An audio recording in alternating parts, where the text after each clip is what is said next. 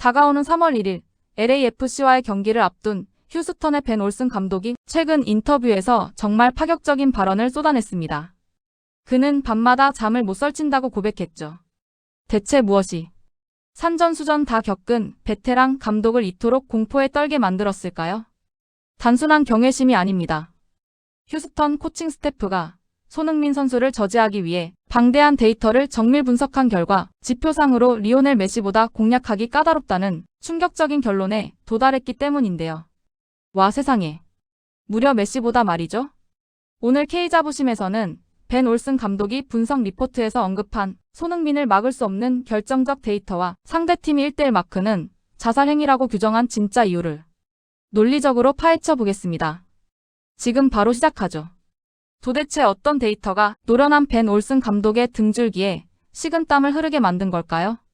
현대 축구에서 데이터는 결코 거짓말을 하지 않지만 가끔 그 데이터의 상식마저 무력화시키는 존재가 나타나곤 하죠.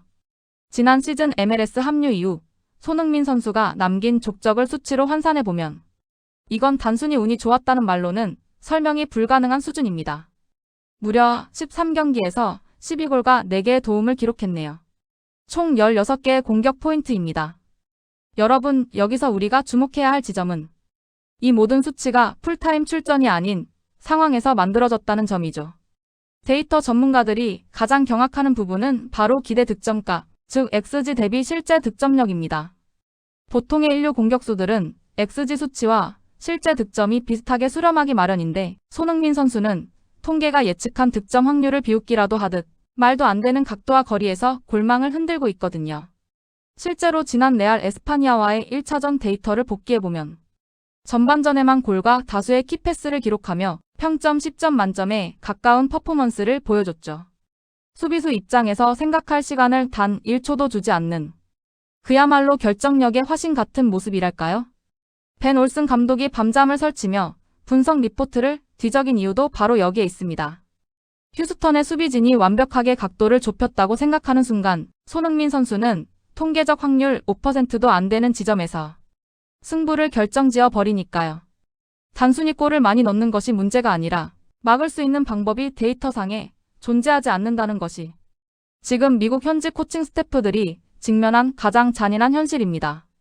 숫자가 증명하는 이 압도적인 파괴력은 자연스럽게 하나의 의문으로 이어집니다. 축구 역사상 가장 완벽한 선수라 불리는 리오넬 메시와 비교했을 때 왜 현장 감독들은 오히려 손흥민의 플레이에 더 큰 전술적 무력감을 느끼는 걸까요? 축구 역사상 가장 위대한 선수인 리오넬 메시와 현재 MLS를 파괴하고 있는 손흥민. 이 두 거장의 이름을 대조하는 것이 누군가에겐 성역에 대한 도전처럼 느껴질지도 모릅니다. 하지만 승점 1점에 목숨을 거는 감독들의 시계는 팬들의 낭만과는 전혀 다르게 흘러가기 마련이죠. 세상에 메시의 천재성을 부정할 사람이 어디 있겠습니까? 그의 왼발은 이미 신의 영역에 닿아 있고 좁은 공간에서 수비수 서너 명을 허수아비로 만드는 능력은 경외심마저 불러일으킵니다. 하지만 여기서 우리가 반드시 짚고 넘어가야 할 냉혹한 지점이 있습니다. 바로 전략적 선택권의 문제입니다. 메시의 플레이는 역설적이게도 수비수들에게 도박을 허용합니다. 그의 치명적인 왼발을 막기 위해 수비 라인을 한쪽으로 비대칭하게 몰거나 특정 패스 길목을 차단하는 시기. 이른바 확률 높은 수비가 가능하다는 뜻이죠. 반면 손흥민 선수의 플레이를 정밀 분석해보면 수비수 입장에선 그야말로 가위바위보를 하는데 상대는 주먹과 가위를 동시에 내는 격입니다. 양발을 완벽하게 사용하는 그의 능력은 수비수에게 어느 쪽을 막을 것인가라는 선택권 자체를 박탈해버립니다. 실제로 벤 올슨 감독이 가장 괴로워한 대목도 바로 이것입니다. 왼발 각도를 좁히면 오른발로 감아차고 오른발을 견제하면 왼발로 강력한 슈팅을 꽂아 넣으니 통계적으로 대응하는 것 자체가 무의미해지는 것이죠. 여기에 더해 물리적인 압박감의 차이는 수비진을 공포로 몰아넣습니다. 최근에 메시가 정적인 움직임 속에서 마법 같은 패스로 경기를 설계한다면 손흥민 선수는 수비 뒷공간을 향해 시속 30km가 넘는 폭발적인 스프린트를 90분 내내 멈추지 않습니다. 이건 단순히 기술의 문제가 아니라 수비수의 심장과 폐를 직접적으로 타격하는 물리적 폭력에 가깝습니다.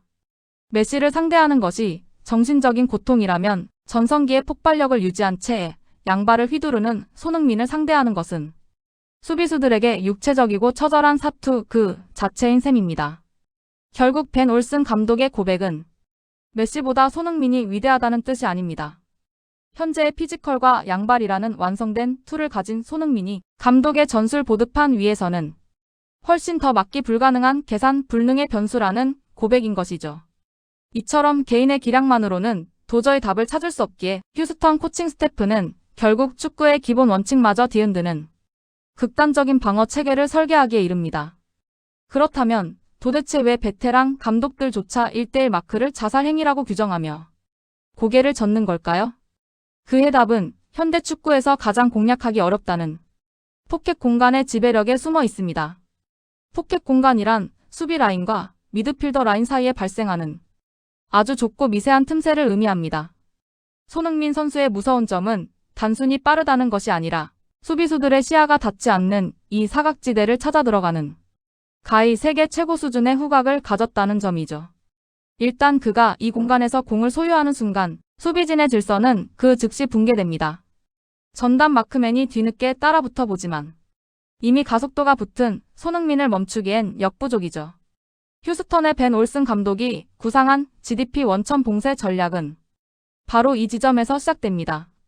안토니오 카를로스와 루카스 알터를 중심으로 손흥민이 특유의 가마차기 궤적을 그릴 수 있는 각도 자체를 물리적으로 지워버리겠다는 계획인데요.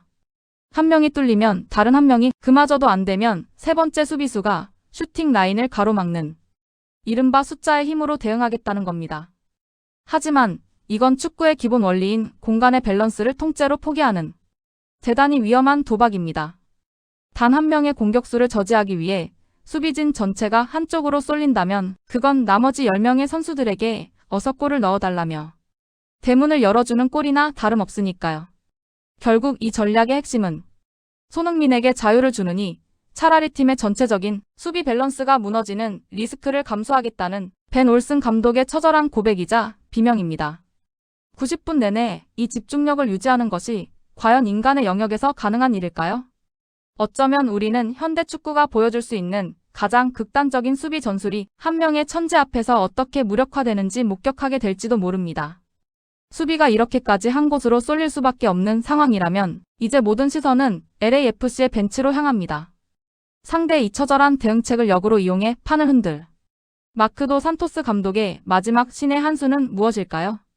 상대팀 휴스턴의 벤 올슨 감독이 손흥민이라는 거대한 파도 앞에 필사적인 방어벽을 쌓았다면 이제 그 파도의 방향과 강도를 결정하는 인물은 바로 LAFC의 수장 마크도 산토스 감독입니다. 사실 도 산토스 감독은 이미 알고 있을 겁니다. 상대가 손흥민의 GDP 구역을 봉쇄하기 위해 수비 라인의 균형을 무너뜨리면서까지 숫자를 늘릴 것이라는 사실을 말이죠. 여기서 우리는 아주 흥미롭고도 냉혹한 체스게임 같은 심리전을 목격하게 됩니다. 만약 또 산토스 감독이 이번 경기에서 손흥민 선수를 직접 골문을 타격하는 피니셔가 아니라 동료들에게 광활한 공간을 열어주는 미끼로 활용한다면 과연 어떤 일이 벌어질까요? 이것이 바로 휴스턴에게는 가장 끔찍한 시나리오이자 도 산토스 감독이 쥐고 있는 승리의 열쇠입니다. 손흥민이라는 이름 석자가 가진 압도적인 존재감만으로 수비수 서너 명을 한쪽으로 끌고 다닐 수 있다면 그가 비워낸 공간은 다른 공격수들에게 그야말로 무혈 입성의 기회가 될 테니까요. 축구는 살아있는 생물과도 같습니다. 상대가 한 곳을 지나치게 의식할 때 오히려 그 의식을 역이용해 빈틈을 파고드는 것. 그것이 현대 축구가 지향하는 가장 세련된 파괴 방식이죠. 어쩌면 도 산토스 감독은 밤마다 잠 못 이룬다는 벤 올슨 감독의 고백을 들으며 조용히 승리의 미소를 짓고 있을지도 모릅니다. 손흥민을 주연으로 세워 직접 경기를 끝내게 할 것인가? 아니면 상대를 유인하는 완벽한 조연으로 활용해 팀의 완승을 끌어낼 것인가? 3월 1일 우리가 목격할 광경은 단순히 공을 차는 경기가 아니라 상대의 공포를 정밀하게 해부하고 통제하는 한 설계자의 치밀한 전술판이 될 것입니다. 감독들의 이 치열한 수싸움이 끝난 뒤 결국 승부의 마침표를 찍는 것은 현장의 분위기와 팬들의 열정입니다. 이번 경기를 바라보는 현지 미디어와 팬들의 뜨거운 반응은 어떤지 그 생생한 목소리를 확인해 보시죠. 결국 이번 휴스턴의 정밀 분석 리포트가 우리에게 시사하는 바는 명확합니다. 손흥민이라는 존재는 단순히 한 명의 훌륭한 공격수를 넘어 상대팀의 전술 시스템 전체를 마비시키는 일종의 전술적 재앙에 가깝다는 것이죠.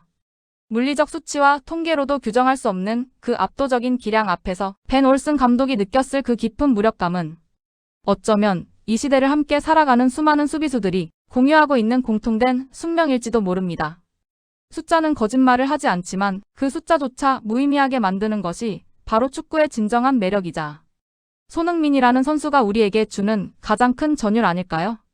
승패를 떠나 한 명의 선수를 막기 위해 리그 전체의 수비 패러다임이 뒤흔들리는 이 광경은 그 자체로 손흥민 선수의 클래스를 증명하고 있습니다. 3월 1일 전 세계의 시선이 집중된 그라운드 위에서 우리는 그 위대한 증명의 순간을 다시 한번 목격하게 될 것입니다. 자신들의 시스템을 믿는 휴스턴의 숫자의 벽이 먼저 무너질 것인가? 아니면 상대의 공포를 정밀하게 해부한 마크도 산토스 감독의 설계가 승리를 가져올 것인가? 여러분은 이 치열한 수싸움의 결말을 어떻게 예상하시나요? 휴스턴의 극단적인 수비가 과연 손흥민의 양발을 멈출 수 있을까요? 여러분의 날카로운 분석과 의견을 댓글로 자유롭게 나누어 주시기 바랍니다. 오늘 준비한 분석이 흥미로우셨다면 좋아요와 무료 구독, 그리고 알림 설정으로 K자부심의 여정을 함께해 주십시오.